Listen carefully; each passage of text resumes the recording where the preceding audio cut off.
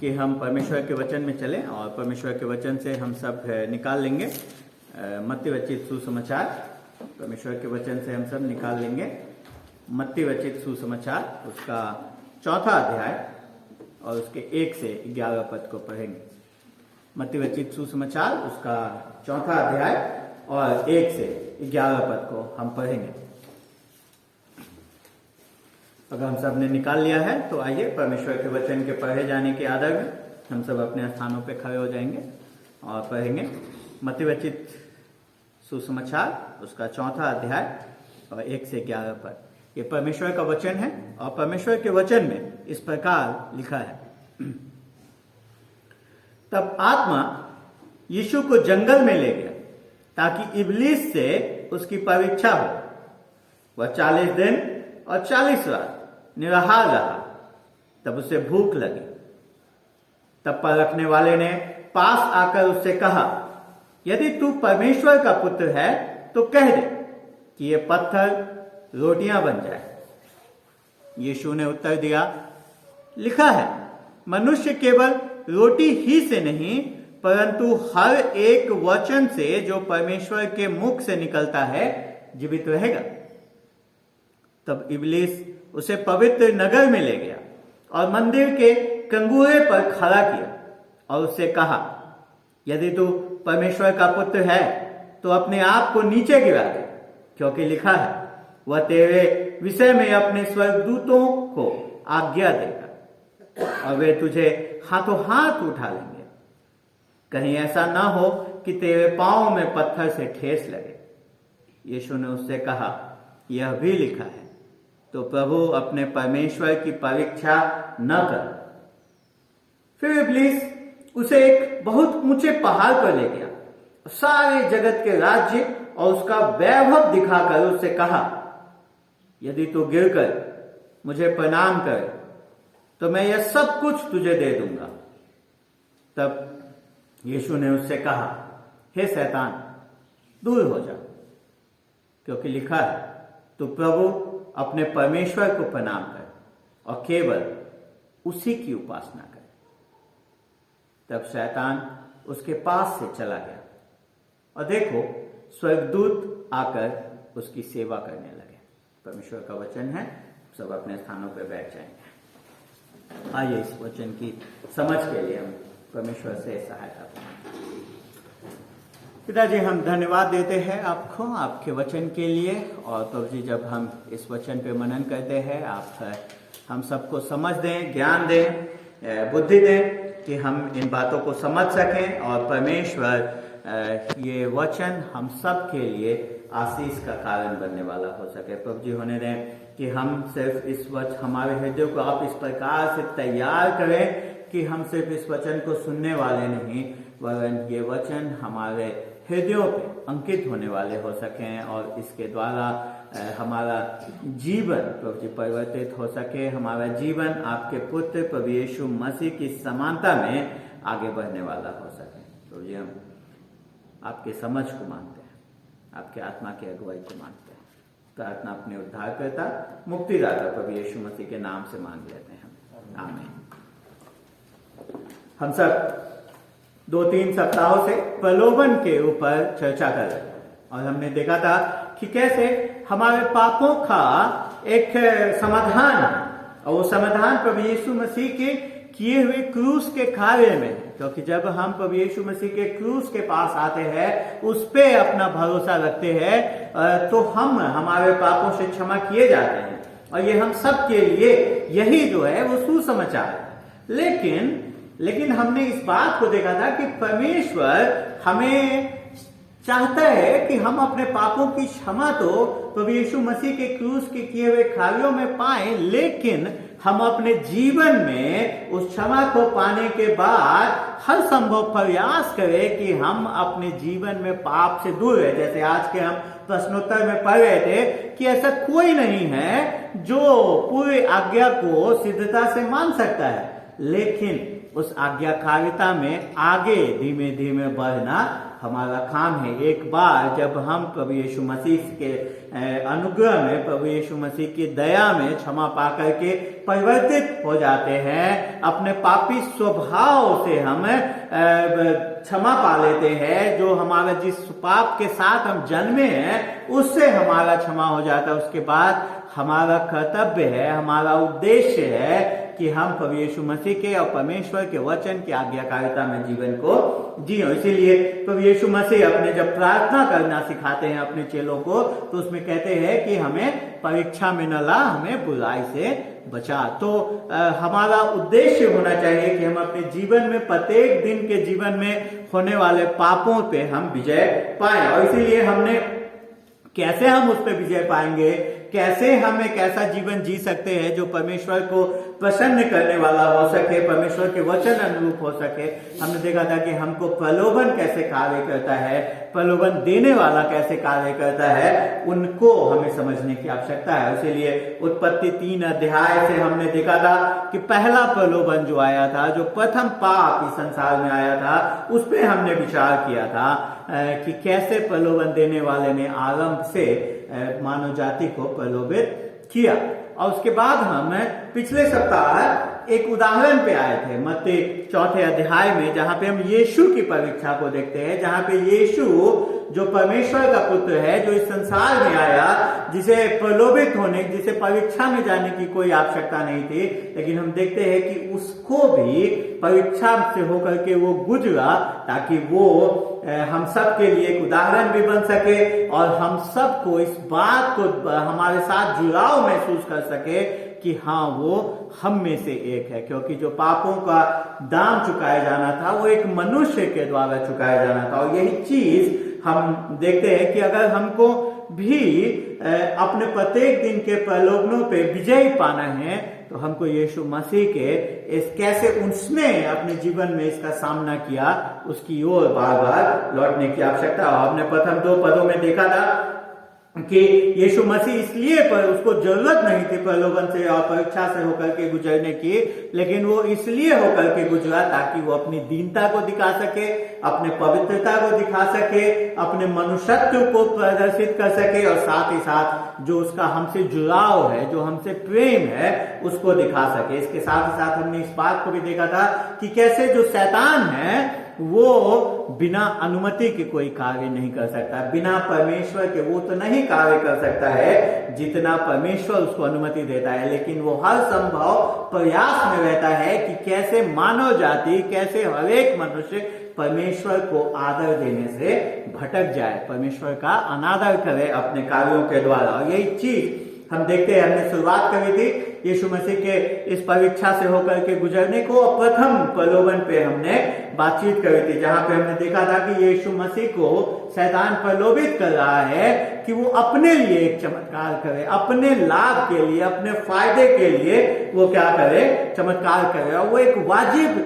जो आवश्यकता है, जो एक जरूरी आवश्यकता है, उसको वहां पे लेकर के आता है। कहता है कि अगर तू परमेश्वर का पुत्र है। उसने तुरंत इस प्रलोभन में जाने से पहले सुना कि स्वर्ग से आकाशवाणी हुई कि ये मेरा प्रिय पुत्र है, मैं इससे प्रसन्न हूं। और शैतान आके उसको कहता है, यदि तू परमेश्वर का पुत्र है और अगर परमेश्वर तुझसे प्रेम करता है, तो तू इस पत्थरों को क्या बना दे, रोटी बना दे, अपने लिए, अपने लाभ के लिए कार्य कर। वो चाहता था कि यीशु मसीह परमेश्वर से अलग होकर के, उससे स्वतंत्र होकर के अपने लिए कार्य करना शुरू कर दे। वो कह रहा है कि इससे अगर पिता तुझसे प्रेम करता है तो उसको भी कोई आपत्ति नहीं होगी, तू परमेश्वर का पुत्र है, तुझे भूख लगी है, तू कर सकता है तो तू कर। क्या यीशु मसीह उस पत्थरों को रोटी बना सकता था?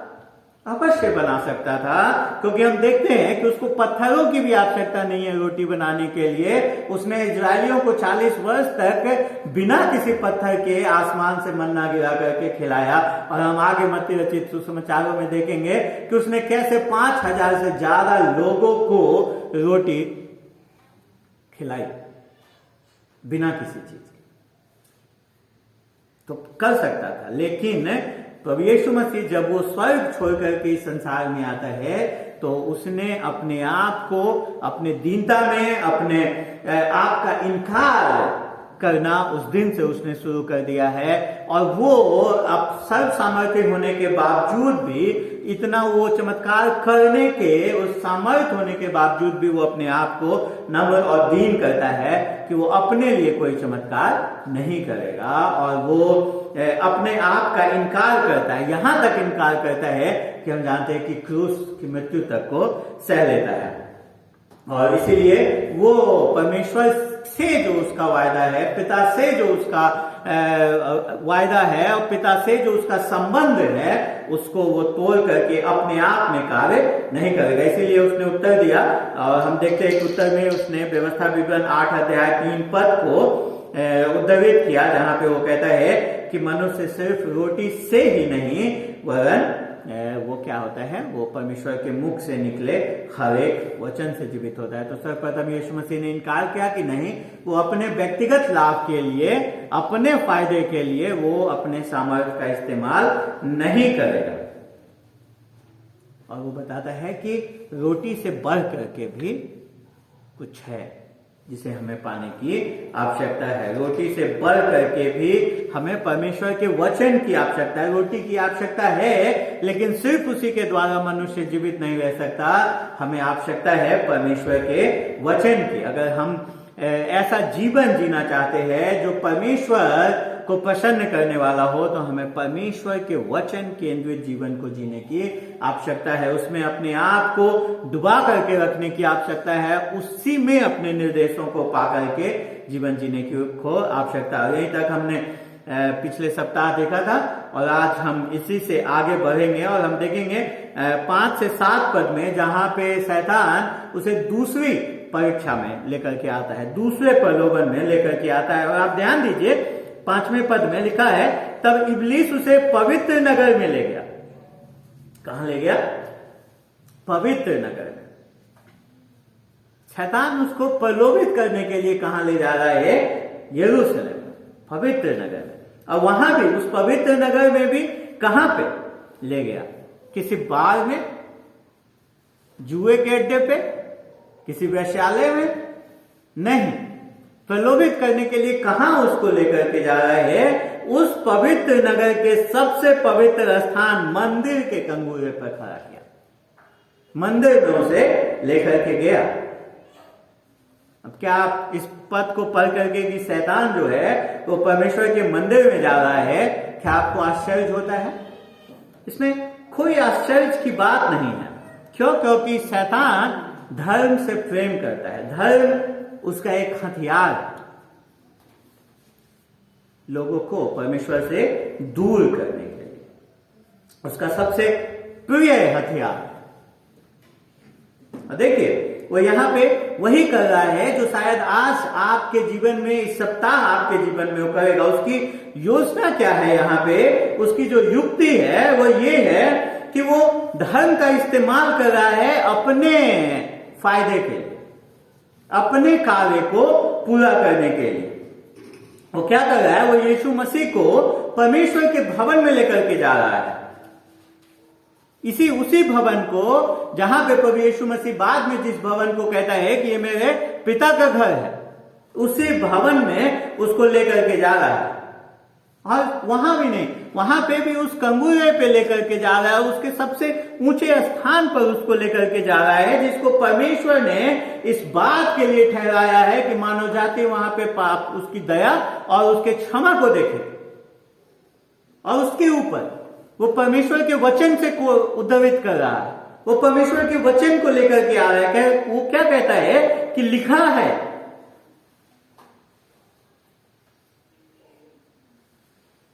क्योंकि लिखा है, यदि तू परमेश्वर का पुत्र है। एक बार फिर से वो कहता है, यदि तू परमेश्वर का पुत्र है तो देख तेरे बारे में क्या लिखा है परमेश्वर के वचन में। इसको पूरा कर, इसको साबित कर।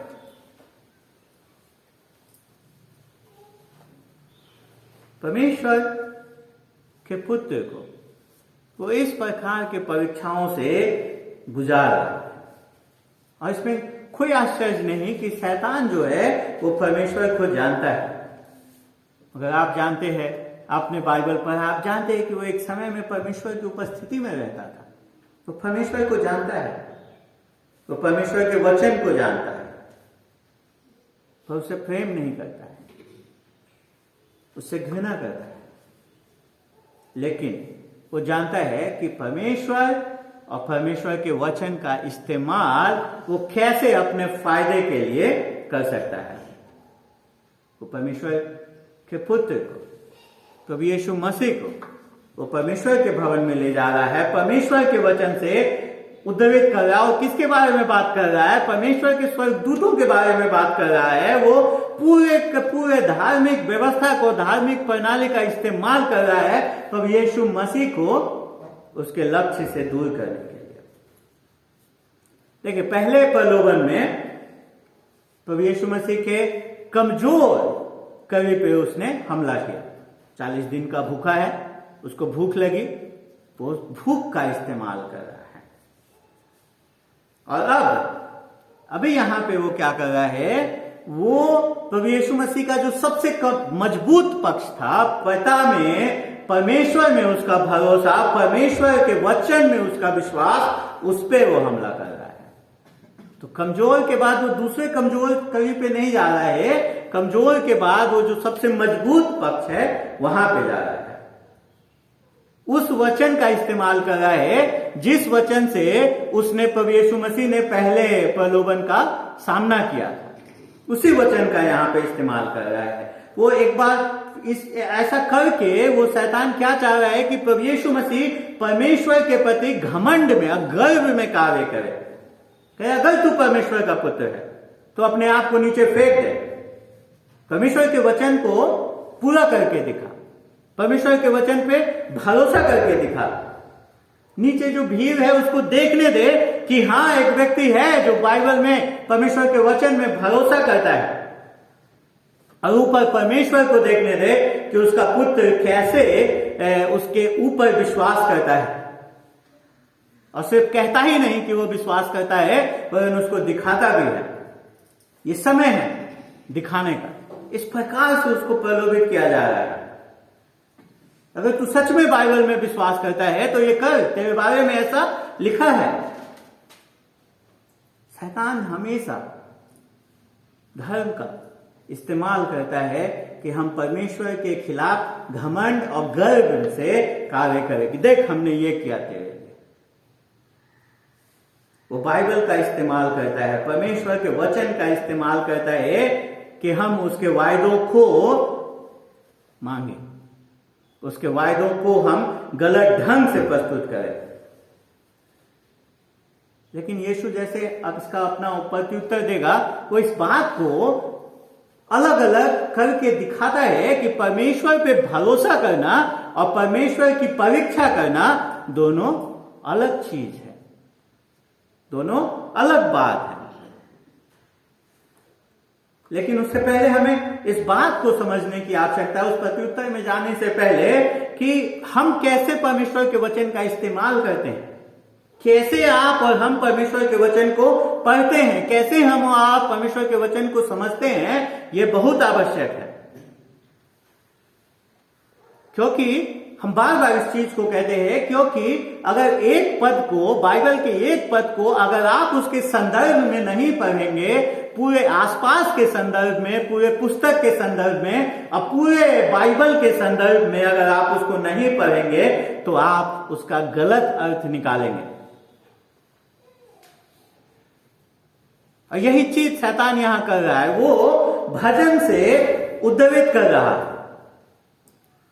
वो जो कह रहा है कि वो तेरे विषय में अपने स्वर्गदूतों को आज्ञा देगा, वे तुझे हाथों हाथ उठा लेंगे, कहीं ऐसा ना हो कि तेरे पांव में पत्थर से ठेस लगे। वो भजन 91 को यहाँ पे उद्धृत कर रहा है परमेश्वर के पुत्र के लिए। लेकिन ठीक उसके अगले पद को यहाँ नहीं बता रहा है, जहां पे लिखा है कि वो पुत्र शैतान को, सांप को कुचलेगा,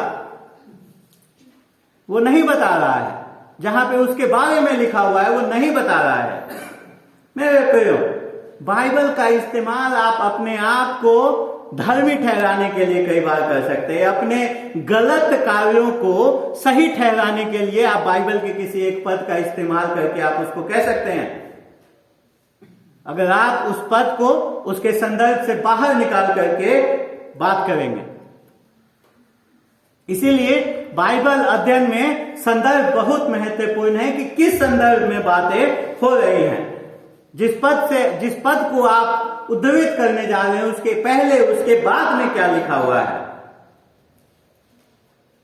हमें उसको समझने की आवश्यकता है। और सिर्फ उन पदों के संदर्भ में नहीं, उस पुस्तक में, बाइबल के जिस पुस्तक से आप ले रहे हैं पद को, उसके संदर्भ में उसको स्थापित करने की आवश्यकता है और पूरे बाइबल के संदर्भ में उसको स्थापित करने की आवश्यकता है। मैंने एक पद को उठा करके दूसरे पद जो उसी के बारे में बात कर रहे हैं उसको हम नजरअंदाज नहीं कर सकते। हो यही यीशु मसीह ने किया। आप देखिए यीशु मसीह ने कैसे उसका उत्तर दिया। शैतान ने कहा ये लिखा है, पर यीशु मसीह ने कहा ये भी तो लिखा है, ये लिखा है तो ये भी लिखा है। क्या कर रहा है प्रभु यीशु मसीह? यहां पे पवित्र शास्त्र को पवित्र शास्त्र से तुलना कर रहा है, क्योंकि पवित्र शास्त्र अपने आप की व्याख्या करता है। वो एक पद को दूसरे पद से जो उससे संबंधित है उससे यहां पे तुलना कर रहा है। वो कहता है ये भी लिखा है। शैतान ने भजन 91 उसके 11 और 12 पद को उद्धृत किया, तो यीशु मसीह ने व्यवस्था विवरण 6 अध्याय 16 पद को यहां पर वहां पे उसके प्रत्युत्तर में लेकर के आया। और यही चीज हमें करने की आवश्यकता है। हमें पद को पद से तुलना करने की आवश्यकता है, पवित्र शास्त्र को पवित्र शास्त्र के संदर्भ में समझने की आवश्यकता है। व्यवस्था विवरण 6 अध्याय 16 पद पे उद्धृत करके वो इस बात को बताता है कि वो कार्य नहीं करेगा जो कार्य इज़राइल ने किया था, परमेश्वर की परीक्षा करने की मासा। क्योंकि आप अगर व्यवस्था विवरण 6 अध्याय उसके 16 पद को पढ़ेंगे तो आप उसके संदर्भ को पढ़ेंगे तो वहां पे क्या हो रहा है, जो पूरा पद है, तो यीशु मसीह आधे को उद्धृत कर रहा है। जो पूरा पद है वो लिखा है कि तू अपने परमेश्वर की परीक्षा न कर जैसा कि तूने मस्सा में किया था। उस पद में मूसा इजरायलियों से बात कर रहा है, अपने मृत्यु से ठीक पहले इजरायलियों से बात कर रहा है और उनको चुनौती दे रहा है कि वो वापस से वो कार्य न करें जो उन्होंने निर्गमन उसके 17 अध्याय में जो हम पढ़ते हैं, जो निर्गमन के समय में उन्होंने किया था वो न करें। क्या किया था उन्होंने मूसा से झगड़ा किया था, कहा था कि हमको पीने के लिए पानी दे, और मूसा ने उसका जवाब दिया था कि तू मुझसे क्यों झगड़ा करता है, क्यों तू परमेश्वर की यहोवा की परीक्षा कर रहा है। और इसीलिए उस जगह का नाम मासा और मरीबा रखा था, क्योंकि वहां पे इजरायलियों ने परमेश्वर से मूसा से झगड़ा किया और परमेश्वर का जांच किया कि अगर परमेश्वर हमारे बीच में है तो वो हमें पानी दे। उसने परमेश्वर के अस्तित्व पे उस समय में इजराइल ने प्रश्न किया, क्योंकि अगर परमेश्वर हमारे साथ है, अगर परमेश्वर हमसे प्रेम करता है तो हमको ये दे। इजराइल जिसको परमेश्वर अपना संतान कहता है, उसने परमेश्वर की परीक्षा की। पर प्रभु यीशु मसीह यहाँ पे कहता है कि परमेश्वर का पुत्र प्रभु यीशु मसीह जो सिद्ध पुत्र है वो परमेश्वर की परीक्षा नहीं करेगा, वो अपने पिता की परीक्षा नहीं करेगा, वो अपने पिता के देखभाल पे प्रश्न नहीं उठाएगा, वो अपने पिता के प्रेम पे प्रश्न नहीं उठाएगा। याद कीजिए कि प्रभु यीशु मसीह इस समय में मरुभूमि में उसने 40 दिन से कुछ नहीं खाया, लेकिन वो इजराइल के समान, इजरायलियों के समान यहाँ पे कोई खुरखुरा नहीं रहा है, वो कोई शिकायत नहीं कर रहा है, वो मंदिर से कूदने को तैयार नहीं है अपने पिता के प्रेम को और उसके देखभाल को प्रदर्शित करने के लिए। वो कहता है कि हमें कोई प्रदर्शनकारी चीज को करने की आवश्यकता नहीं है अपने पिता के प्रेम को दिखाने के लिए। कहता है कि क्या मैं पिता पे भरोसा करता हूं? हाँ, मैं करता हूं, अपने संपूर्ण जीवन से करता हूं, लेकिन मैं उसकी परीक्षा नहीं करूंगा, मैं उसकी परीक्षा नहीं करूंगा। मेरे प्रियो, कई बार परमेश्वर हमारे जीवन में कई आवश्यकताओं को, कई घाटी से हमको गुजारने का उन परिस्थितियों में हमें लेकर के आता है जहां पे हम देखते हैं कि हमें आवश्यकता है कुछ खास वाजिब चीजों की, और वो हमारे जीवन में पूरी नहीं हो रही होती हैं। जैसे कि प्रभु यीशु मसीह इस बियावन में, इस मरुभूमि में है, वो हमें अवसर दे रहा होता है कि हम परमेश्वर पे भरोसा करना सीखें, हम उस परमेश्वर पे भरोसा करें। अगर आप आज किसी उस परीक्षा से होकर के गुजर रहे हैं तो प्रभु यीशु मसीह की ओर देखें, उसके समान परमेश्वर पे भरोसा करें, उसकी परीक्षा न करें, उस पर भरोसा करें। तो यीशु मसीह कहता है कि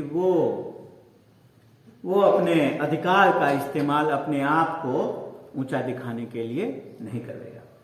वो इस मंदिर के कंगुए से अपने ईश्वरत्व को साबित करने के लिए कि हाँ मैं परमेश्वर का पुत्र हूं, वो इस मंदिर के कंगुए से कूद नहीं जाएगा। वो अपने पिता को विवश नहीं करेगा कि पिता स्वर्गदूतों को भेजे, बजाय इसके वो अपने आप का इनकार करेगा। और इस दिन में नहीं, वरन आगे आने वाले प्रत्येक दिन में, क्रूस के मृत्यु तक में वो अपने आप का इनकार करेगा। क्योंकि आगे वो कहता है कि परमेश्वर का, मनुष्य का पुत्र इस संसार में इसलिए नहीं आया कि उसकी सेवा टहल की जाए, मनुष्य का पुत्र इसलिए इस संसार में आया कि वो आप लोगों की सेवा टहल करे और बहुतों के छुड़ौती का कारण ठहरे। शैतान यहाँ पे क्या कर रहा है उसको हमें देखने की आवश्यकता है। इन दो प्रलोभनों में जहां से हम होकर के गुजरे हैं, हमें देखें कि किस प्रकार से शैतान प्रगति कर रहा है। वो पहले में रोटी पे था, दूसरे में वो जीवन की रोटी परमेश्वर के वचन पे आ गया। पहला प्रलोभन मैंने अभी बताया कि उसके सबसे कमजोर पक्ष पे था, उस समय वो भूखा था, उसके पेट पे हमला किया। लेकिन दूसरे में वो दूसरे कमजोर पे नहीं जाता है, वो सबसे मजबूत पक्ष पे जाता है। वो हमारे दूसरे कमजोर करीब पे हमला नहीं करता। पहले में अगर हम जीत जाते हैं, कमजोर को अगर हम सुरक्षित कर लेते हैं, तो हमारे सबसे मजबूत पक्ष पे हमला करता है, जहां पे हम सबसे मजबूत हैं। वही यहां पे वो कर रहा है। हमें इस बात को समझने की आवश्यकता है, जहां पे आप और हम सोचते हैं कि हम बहुत मजबूत हैं, हम नहीं गिरेंगे, वहां भी हम उतने ही कमजोर हैं, वहां भी पूर्ण संभावना है हमारे गिरने की। क्योंकि शैतान बाइबल जानता है और वो जानता है कि उसका कैसे हमारे विरोध में वो इस्तेमाल कर सकता है। देखिए कि वो बाइबल के पदों का इस्तेमाल करता है अपने कार्यों को न्यायोचित ठहराने के लिए। जो दूसरे पद, और ठीक इस प्रकार से बाइबल के पद का इस्तेमाल करता है जो दूसरे पद उसके ठीक विपरीत बात करते हैं। तो पहले प्रलोभन में हमने देखा कि शैतान प्रभु यीशु मसीह को अपने लिए एक चमत्कार करने के लिए प्रलोभित करता है। दूसरे में हमने देखा कि वो अपने आप को साबित करने के लिए उसको प्रलोभित करता है कि अपने आप को साबित कर। तीसरे में हम देखते हैं कि वो शॉर्टकट इस्तेमाल करने के लिए उसको प्रलोभित करता है। कहां ले जाता है? और यीशु को तीसरे प्रलोभन में जो सब चीज है, वो सब चीज उसको दिखाता है। जो इस संसार का जो सब सर्वोत्तम है, जो इस संसार का सबसे उत्तम है, वो चीज उसे देने का क्या करता है? वायदा करता है। देखिए वो कैसे काम कर रहा है। वो उसके इंद्रियों के द्वारा प्रलोभित करने की कोशिश कर रहा है। देखिए वो क्या कर रहा है। 8वें पद में, फिर इब्लीस उसे एक बहुत ऊंचे पहाड़ पर ले गया और सारे जगत के राज्य, सारे जगत क्या चीज दिखा रहा है उसको? दो चीज दिखा रहा है, सारे जगत का राज्य और उसका वैभव। दोनों चीज वहां दिखा रहा है। वो मानव इंद्रियों के द्वारा प्रलोभित करने का प्रयास करता है और वो वायदों को करता है। वायदों को करने में वो बड़ा माहिर है। वो कहता है मैं तुझे सब दे दूंगा, मैं तुझे सब दे दूंगा। यीशु मैं तुम्हें सब देता हूं, सारा जगत, सारे जगत का राज्य देख ले, उनका वैभव देख ले, मैं तुझे हर चीज देता हूं। क्या ये सच है? याद रखिए, शैतान झूठा है, वो झूठ बोलने वाले का पिता है। अगर वो बोलता है कि मैं तुझे कुछ अच्छी चीज दे रहा हूं, तो अवश्य है कि वो कुछ चीज आपको नहीं बता रहा है। जैसे इस बात में वो क्या दिखा रहा है यीशु मसीह को? सारा जगत के राज्य और उसका वैभव वो दिखा रहा है, कह रहा है मैं सब दे दूंगा। लेकिन सच्चाई क्या है कि ये सारा जगत, ये सारा वैभव क्या होने वाला है? नाश होने वाला है। कौन, किसको चाहिए ऐसा राज्य जो नाश होने वाला है, जो खत्म हो जाएगा? ये नहीं बता रहा है कि मैं सब कुछ तुझे दे दूंगा, लेकिन वो शीघ्र खत्म होने वाले हैं, नाश होने वाले हैं। वो दुष्टता को, बुराई को अच्छाई के रूप में प्रस्तुत कर रहा है। यहां पे वो क्या कह रहा है? कैसे मैं दूंगा? यदि तू गिर कर मुझे प्रणाम कर, मैं सब कुछ दे दूंगा यदि तू मुझे गिर कर प्रणाम करे। और जो काल है वो हमको बताता है कि कहने का उसका मतलब है सिर्फ एक बार यीशु, एक बार मेरे आराधना कर दे, एक बार मुझे थोड़ा सा आदर दे दे, मैं सब कुछ दे दूंगा तुम्हें। सिर्फ एक बार तुझे अपने घुटने मेरे सामने टिकाने हैं। देखिए कैसे कार्य करता है प्रलोभन देने वाला। वो हमारे इंद्रियों का इस्तेमाल करता है, हमें दिखाता है चीजों को। वो झूठे वायदे हमसे करता है बिना बताए कि उन वायदों का परिणाम क्या होगा।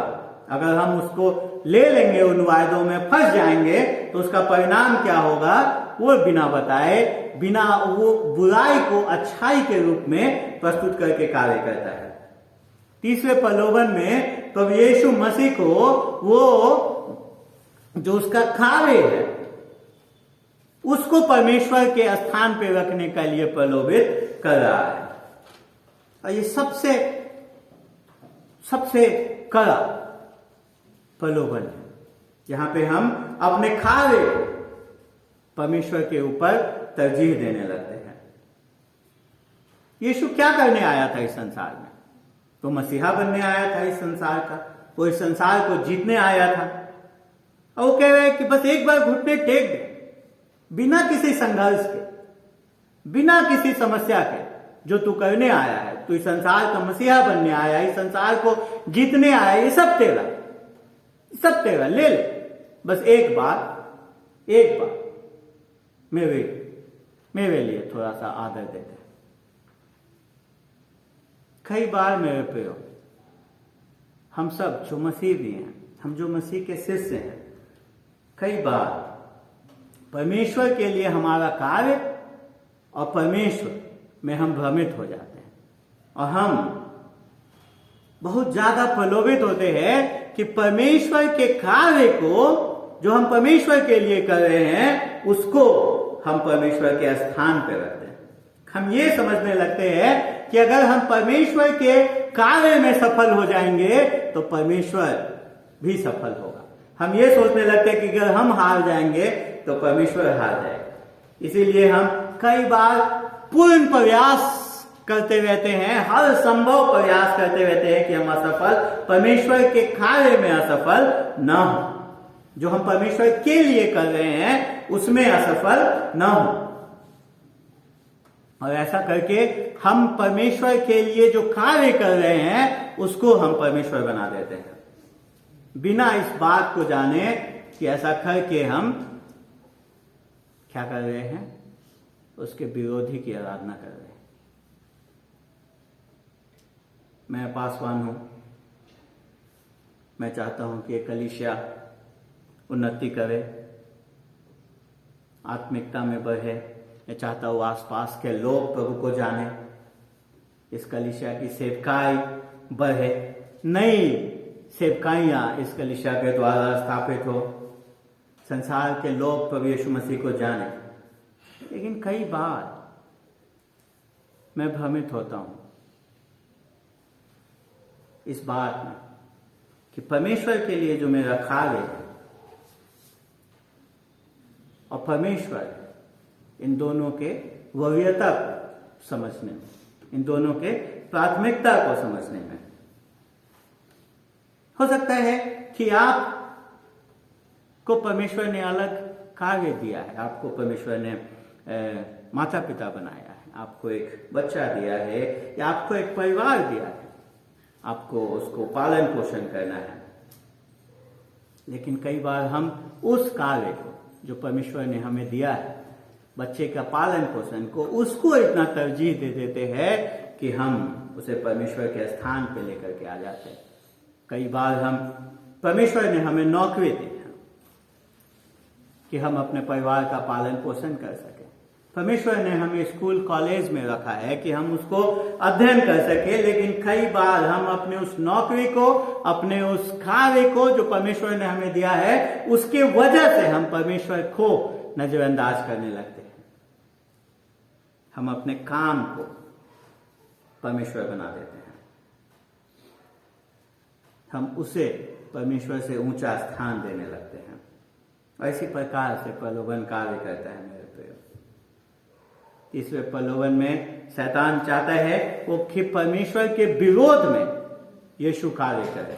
वो ऐसा बोल नहीं रहा, लेकिन जो वो कहने के लिए कर रहा है वो वही है। वो यीशु को एक शॉर्टकट दे रहा है, छोटा रास्ता दे रहा है। क्यों लंबे रास्ते पे जाना है, छोटे रास्ते पे ले। तुम्हें संसार चाहिए, इसीलिए इस जगत में आए हो, संसार को जीतने आए हो, संसार के लोगों को जीतने आए हो, ले लो। बिना किसी संघर्ष के, बिना किसी युद्ध के, बिना लंबे दुख को सहे हुए। तुझे कुछ नहीं करना है, जो तू चाहता है तू ले ले, बस मुझे थोड़ा सा आदर दे, एक बार मेरे सामने झुक जा।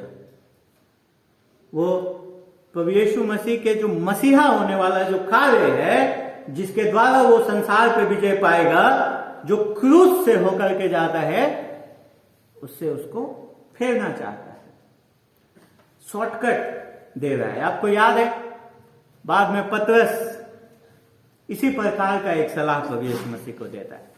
जब प्रभु यीशु मसीह चेलों को बता रहे होते हैं कि वो यरूशलेम जाने वाले हैं, वहां पे वो बहुत दुख उठाएंगे, मारे जाएंगे, लेकिन तीसरे दिन जीवित हो उठेंगे, तो पतरस उसे एक तरफ ले जाता है। मत्ती 16 अध्याय जब आप पढ़ेंगे आप इस विवरण को पाएंगे। पतरस उसे एक तरफ लेकर के जाता है, कहता है, और एक प्रकार से झिड़कता है। परमेश्वर के वचन में लिखा है कि वो यीशु मसीह को क्या करता है, झिड़कता है, कहता है, नहीं प्रभु, ये तेरे साथ कभी नहीं होने पाए। आपको याद है यीशु मसीह क्या कहते हैं उसको, क्या कहते हैं उसको?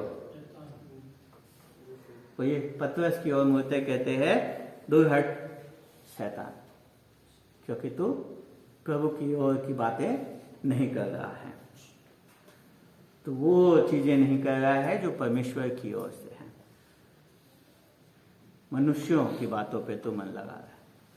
क्यों प्रभु यीशु मसीह कहते, कहने वाला पतरस है, तो क्यों प्रभु यीशु मसीह कहते हैं दूर हट शैतान?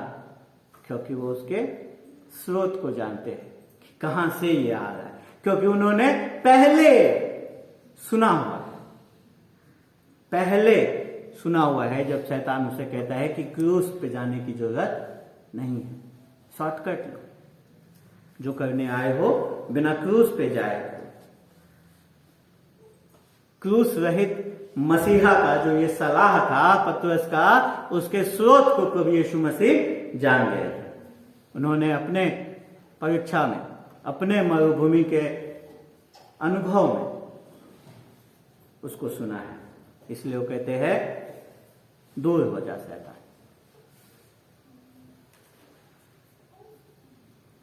मेरे प्रियो, शैतान हमें इस संसार की तमाम खुशियों को देने के लिए तैयार हो जाएगा अगर हम परमेश्वर को दूसरे स्थान पर रखने को तैयार हो जाए तो।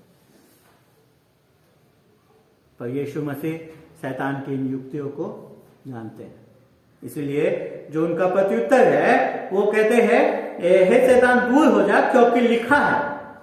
उसमें पद में देखिए वो कहते हैं दूर हो जा क्योंकि लिखा है, तू प्रभु अपने परमेश्वर को प्रणाम कर और केवल उसी की उपासना कर।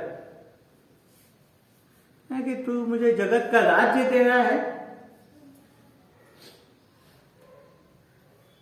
ले जा अपना राज्य, क्योंकि मैं लिखा है कि तू सिर्फ और सिर्फ अपने परमेश्वर को प्रणाम कर और केवल उसी की उपासना कर। क्यों वो ठुकरा देते हैं? क्योंकि प्रभु के वचन में लिखा है कि हम सिर्फ और सिर्फ परमेश्वर की आराधना करें, उसको छोड़ और कुछ नहीं, और हम सिर्फ और सिर्फ उसी की उपासना करें, उसी की सेवा करें। हम देखते हैं कि तीसरा प्रलोभन यहाँ पे खत्म हो जाता है। लेकिन इस प्रलोभन का जो इस परीक्षा से होकर के प्रभु यीशु मसीह गुजर रहे हैं, उसका परिणाम क्या निकलता है, उसको हम 11वें पद में 30वें दृश्य में देखते हैं। क्या होता है 11वां पद, तब शैतान उसके पास से चला गया। देख रहे क्या हो रहा है? तब यीशु मसीह ने शैतान से कहा दूर हो जा शैतान, और शैतान उससे दूर हो गया। वो वापस आएगा लेकिन इस समय उससे दूर हो गया, क्योंकि जब आप इसी बात को लूका 4 अध्याय उसके 13 पद में पढ़ेंगे तो आप पाएंगे कि वहां पे लिखा है कि उपयुक्त समय के तलाश में शैतान वहां से चला गया। हम सोचते हैं कि प्रभु यीशु मसीह की परीक्षा बस जीवन में एक बार हुई, लेकिन वो पूरे जीवन इस प्रकार से प्रलोभित होता रहा। शैतान से उसकी परीक्षा होते हुए लिखा है, जब शैतान सब परीक्षा कर चुका तब कुछ समय के लिए उसके पास से चला गया। वो सारे जीवन प्रभु यीशु मसीह प्रलोभित होता रहा, परीक्षा से होकर के गुजरता है। इसीलिए इब्रानियों के पत्र में लिखा है कि जितना भी प्रलोभन से हम होकर के गुजरते हैं, जिस भी परीक्षा से होकर के हम गुजर रहे हैं अपने जीवन में, वो योग्य है, क्योंकि वो जानता है, उसको अनुभव है। तो एक बार नहीं, कुछ समय के लिए उसके पास से वो चला गया। लेकिन हमें यहाँ यीशु मसीह के वचन के सामर्थ्य को देखने की आवश्यकता है। जब वो कहता है तो चीजें होती हैं। उसने कहा और इस सृष्टि का निर्माण हुआ। यूहन्ना बताते हैं कि ऐसा कुछ नहीं है जो उसके द्वारा निर्मित नहीं हुआ है, सब कुछ उसके द्वारा निर्मित हुआ। यहां भी हम देखते हैं कि वो जब कहता है दूर हो जा शैतान, शैतान उसके सामने से चला जाता है, तो रुक नहीं सकता है। और दूसरी चीज क्या होती है, स्वर्गदूत आकर उसकी सेवा करने लगे। यहाँ पे जो सेवा करना शब्द है, सेवा टहल करना, वो शब्द ठीक वही चीज है कि उसको भोजन पानी देने लगे, उसके लिए भोजन पानी लेकर के आए।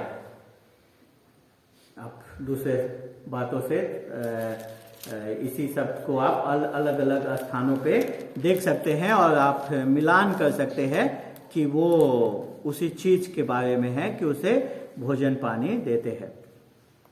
देखिए जैसे मत्ती 8 अध्याय उसके 15 पद को जब हम देखते हैं, वहां लिखा है उसने उसका हाथ छुआ, उसका ज्वर उतर गया, वह उठकर उसकी सेवा करने लगे। कहने का मतलब भोजन बनाने लगे। पतरस की सास के बारे में जिक्र हो रहा है। तो हम देखते हैं कि शैतान चला जाता है और स्वर्गदूत आकर के उसकी सेवा करने लगे। मतलब जिस चीज की उसको आवश्यकता थी, शैतान ने किस चीज के लिए उसे प्रलोभित किया? पत्थर को रोटी बना। पत्थर को क्या बना? रोटी बना। और प्रभु यीशु मसीह ने इनकार किया। फिर उसने प्रलोभित किया कि अपने आप को फेंक दे कि स्वर्गदूत तेरे जो हाथों हाथ उठा ले। फिर उसने इनकार किया, उसने रोटी नहीं मांगी, उसने स्वर्गदूतों का बाह नहीं मांगा। लेकिन क्या होता है, उसका पिता उसके लिए दोनों को भेजता है। उसका पिता उसके लिए दोनों को भेजता है। स्वर्गदूत आते हैं, जिस चीज की उसे आवश्यकता है और जिस चीज के वो योग्य है, वो चीज उसे मिलता है। मेरे प्रियो, हमें इस बात से सीखने की आवश्यकता है, समझने की आवश्यकता है कि हमारा एक वैरी, हमारा एक शत्रु है और सामर्थी है। शैतान जो हमारा शत्रु है, सामर्थी है। पहला पत्रस 5 अध्याय 8 पद में लिखा है कि वो सिंह के समान फाड़ खाने के लिए तैयार बैठा है। ये सच्चाई है कि हमारा एक सामर्थी शत्रु है, लेकिन जो उससे भी बड़ी सच्चाई ये है कि हमारा एक उससे सामर्थ्य उद्धार करता है, उससे भी सामर्थ्य एक उद्धार करता है। और हम उसके सामर्थ्य को मत्ती 4 में देखते हैं थोड़ा सा, और जैसे जैसे हम आगे मत्ती में बढ़ते हैं हम देखते हैं उसके पूर्ण सामर्थ्य को, कि उसको लोगों के ऊपर वो दुष्ट आत्माओं को भगाता है, वो उपदेश देने में सामर्थ्य है। 5 से 7 में हम देखते हैं जो पहाड़ी उपदेश है उसका। उसके बाद वो हम देखते हैं कि वो तूफानों को शांत करता है, अंधों को आंखें दे देता है, और अंत में इसी देश में, इसी राज्य में, यरूशलेम में वो गधे पे सवार होकर के प्रवेश करता है, अपने आप को राजा घोषित करके। और हम देखते हैं कि उसके बाद वो क्रूस पे जाता है, और 28वें अध्याय में हम देखते हैं कि वो अपने कब्र से बाहर निकल आता है।